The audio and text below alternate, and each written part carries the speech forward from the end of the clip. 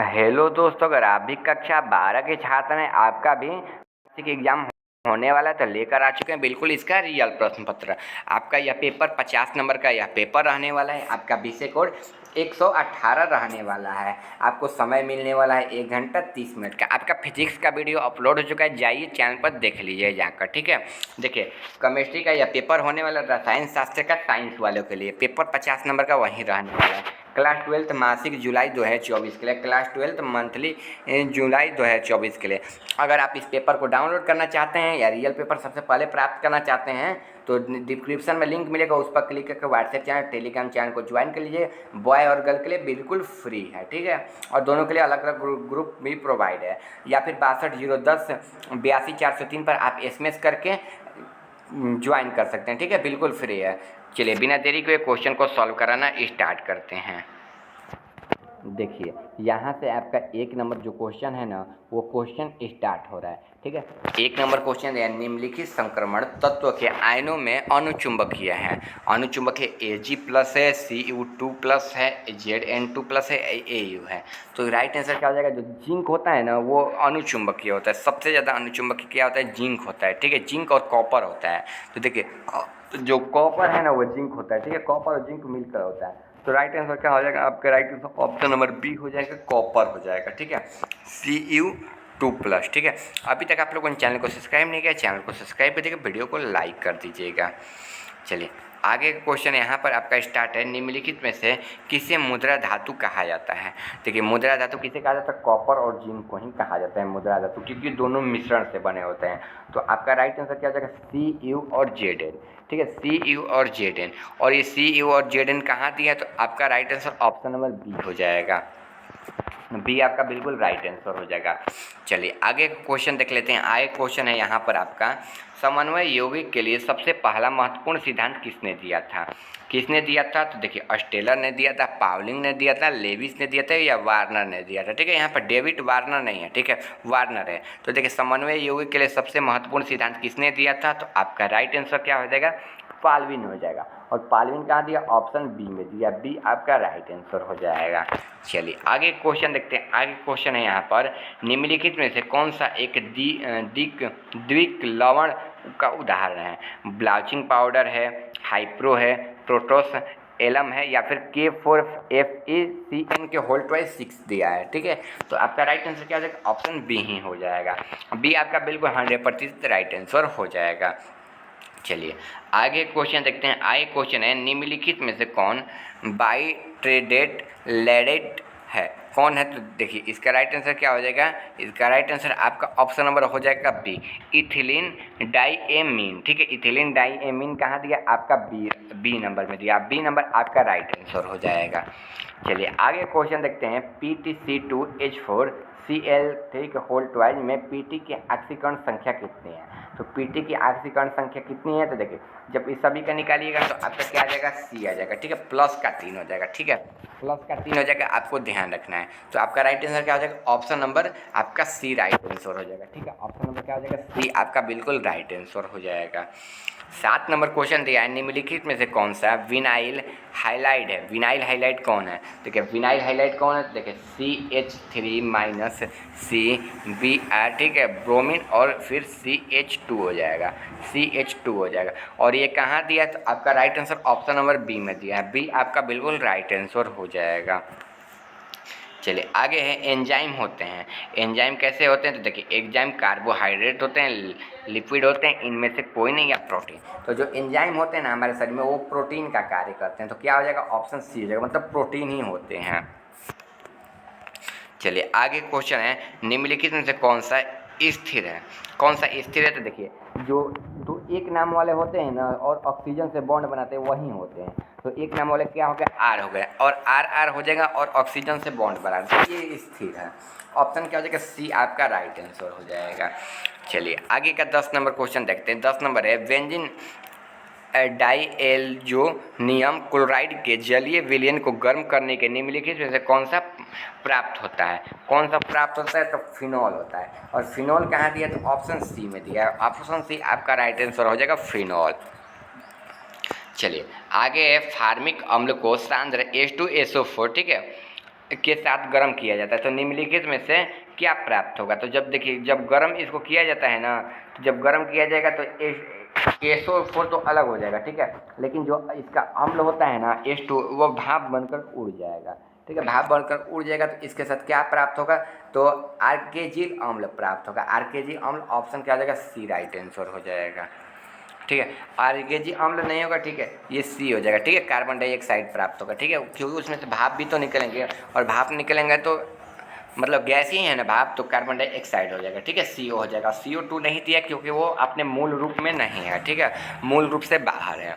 देखिए इसका IPAC नाम पूछ रहा है, इसका IPAC नाम पूछे तो लैक्टिक अम्ल तो होगा नहीं, प्रोपेनाइल अम्ल भी नहीं होगा, 2 हाइड्रोक्सी प्रोपोनाइल अम्ल हो जाएगा। और ये कहाँ दिया? तो ऑप्शन बी में दिया है, बी आपका बिल्कुल राइट आंसर हो जाएगा। ऑप्शन क्या हो जाएगा? बी हो जाएगा। चलिए आगे क्वेश्चन है, निम्नलिखित में से कौन सा टालिन का अभिकर्मक है? टालिन का अभिकर्मक क्या है? तो देखिए AgNH3 होल ट्वाइस, ठीक है, प्लस आयन, ये आपका राइट आंसर हो जाएगा। ऑप्शन क्या हो जाएगा? ए आपका राइट आंसर हो जाएगा। चलिए आगे क्वेश्चन देखते हैं, निम्नलिखित में से कौन सा कैनिजारो अभिक्रिया देता है? कैनिजारो अभिक्रिया कौन देता है? तो HCHO। HCHO कहाँ दिया? ऑप्शन बी में दिया, और बी बिल्कुल आपका राइट आंसर हो जाएगा, क्योंकि कैनिजारो अभिक्रिया HCHO से ही प्रारंभ होती है। चलिए 15 नंबर क्वेश्चन है, निम्नलिखित में से कौन सा कार्बोहाइड्रेट प्रकृति में प्रचुर मात्रा में पाया जाता है? ग्लूकोज है, फैक्टोस है, सेल्यूलोज है, या स्टार्च है? तो इसका राइट आंसर क्या जाएगा? सेल्यूलोज हो जाएगा। और सेल्यूलोज कहाँ दिया? तो ऑप्शन डी में दिया है, और डी आपका बिल्कुल राइट आंसर हो जाएगा। चलिए आगे क्वेश्चन है, निम्नलिखित में से कौन सा ड्राइसेकारेट दूध में उपस्थित रहता है? कौन उपस्थित रहता है? तो लैक्टोस रहता है, ठीक है, लैक्टोस। और लैक्टोस कहाँ दिया? तो ऑप्शन बी में दिया, और बी आपका बिल्कुल 100% राइट आंसर हो जाएगा। चलिए आगे है, विटामिन ए का रासायनिक नाम निम्नलिखित में से कौन सा है? विटामिन ए का रासायनिक नाम निम्नलिखित में से कौन सा है? तो थाइमीन हो जाएगा, रेटिनॉल हो जाएगा, निकोटिमाइड हो जाएगा, या फिर एस्कॉर्बिक अम्ल हो जाएगा। तो इसका राइट आंसर क्या है? एस्कॉर्बिक अम्ल। ऑप्शन क्या हो जाएगा? सी आपका बिल्कुल राइट आंसर हो जाएगा, ठीक है। क्वेश्चन पूछा था विटामिन ए का रासायनिक नाम। चलिए आगे क्वेश्चन है, निम्नलिखित में से कौन सा विटामिन जल में घुलनशील है? तो कौन सा विटामिन जल में घुलनशील है? ए और बी विटामिन, सी और डी विटामिन, ए और डी विटामिन, या बी और सी विटामिन? तो जल में घुलनशील कौन सा रहता है? तो बी और सी विटामिन, ठीक है। विटामिन डी तो होगा नहीं, क्योंकि घाम मतलब धूप से मिलता है, ठीक है, तो ये तो होगा नहीं, बी और सी हो जाएगा। मतलब ऑप्शन क्या हो जाएगा आपका? राइट आंसर सी हो जाएगा। चलिए आगे क्वेश्चन है, यहाँ पर 19 नंबर क्वेश्चन है, निम्नलिखित में से किससे इंसुलिन स्रावित होता है? तो इंसुलिन किससे स्रावित होता है? तो इसका राइट आंसर क्या हो जाएगा? थायराइड से, ठीक है, थायराइड। ऑप्शन क्या हो जाएगा? राइट आंसर ए हो जाएगा।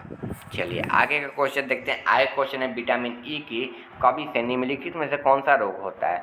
विटामिन ई की कमी से कौन सा रोग होता है? बेरी होता है, स्वीकृति होता है, जनन क्षमता में कमी, निम्न में से कोई नहीं। तो राइट आंसर क्या हो जाएगा? स्वीकृति हो जाएगा। ऑप्शन क्या हो जाएगा? बी आपका बिल्कुल राइट आंसर हो जाएगा। चलिए आगे क्वेश्चन देखते हैं, प्राकृतिक रबड़ निम्नलिखित में से किसका बहुलक है?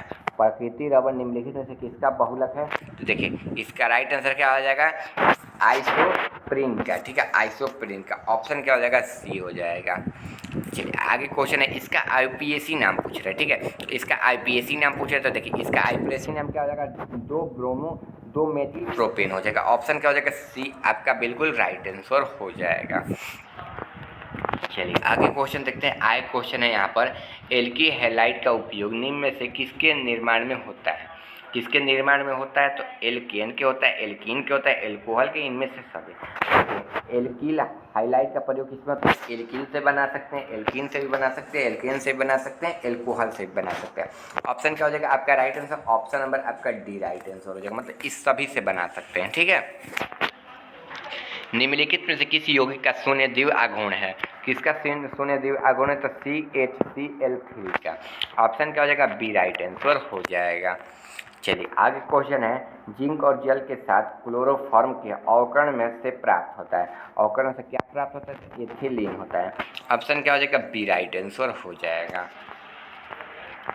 निम्नलिखित में से कौन सा आयोडोफॉर्म परीक्षण नहीं देगा? आइडोफॉर्म परीक्षण कौन नहीं देगा, तो एथेनॉल नहीं देगा। ऑप्शन क्या हो जाएगा, बी राइट आंसर हो जाएगा। ब्यूटेन टू ऑल एक, तो ब्यूटेन क्या हो जाएगा, सेकेंडरी एल्कोहल हो जाएगा। ऑप्शन क्या हो जाएगा, बी हो जाएगा।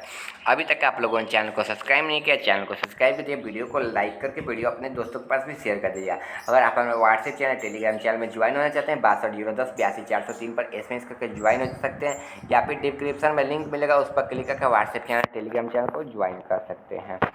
निम्नलिखित में से कौन सा जल में घुलनशील है, जल में कौन घुलनशील है, तो CHCl3। ऑप्शन का हो जाएगा बी हो जाएगा।